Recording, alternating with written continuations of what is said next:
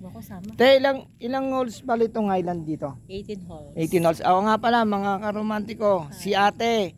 Te, ano pangalan mo, te? Andrea. Si ate Andrea, isa sa kadi dito sa Tagaytay Highlands. Tagaytay Highland golf course. Kung makikita nyo, ayan, ang dami niya, 360. Nandoon pa pala. Nandoon, ang pangilang holes yun, te? Ayun, itong nakikita mo dito sa kuya. Dito. Number 4. Itong parang bahay na to, hole number 4 daw yan. Tapos ito kuya nasa gitna yan, hole number 9. Yung nasa gitna daw na yan, hole number 9. Yung number 4 nandito, te. Yun, may Yan. mga kubo-kubo doon. Ayun, yan yun. So, ganun kalawak ang Highland.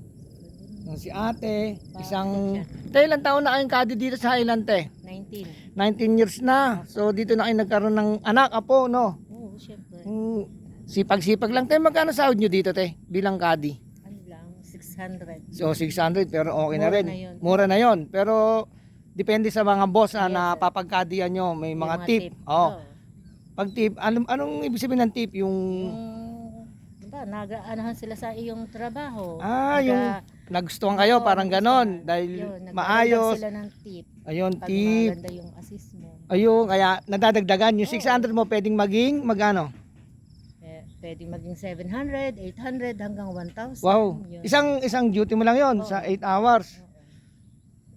So 19 years ka na dito bilang kadi. Tanong ko lang may iba tayo. Itong Cable car. itong cable card, bakit parang di na siya nagana, no? Ever since? Simula yan nung Ito po. nagtaal. Nagtalbol kayo ng Aspolts, hindi na siya gumana. Ang tagal na to, 2 years ago. Pero gagana pa rin yan kung magagawa, te. Oo, kaya lang mahal yung kanya mga Gamit. So, ito pala, nung nagtaalbol kayo, hindi na gumana siyang tong cable cart. So, pag sumakay dito, walang bayad, te. Siyempre, wala. Wala, libre. Saan naman papunta tong cable cart na to pag sumakay ka? Hole number 9. Sa hole number 9. Yun. Oo, doon sa may kubo na yan. Yun, yung kubo na yun, yung brown. Oo, yan. Kung makikita nyo, yung brown na yun. Pababa. Pababa. Tapos diretso dun. Pero hindi pa yan yung Midland. Hindi, Highlands pa yan. Ang Midlands sa baba. Iba Yung way ng Midlands.